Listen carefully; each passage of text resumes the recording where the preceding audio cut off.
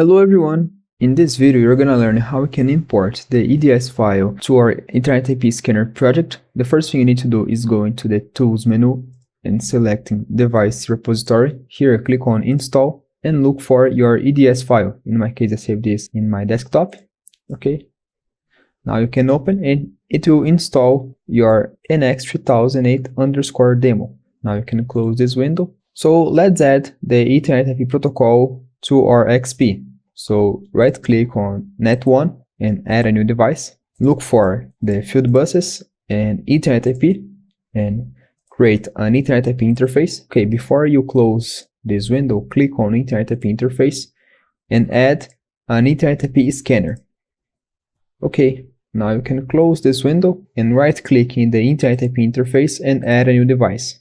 And this device will be your NX3008 demo. Add this device.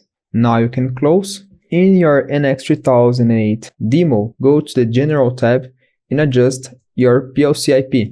This will be the IP of your NX3008. In my case, it will be the NX3008.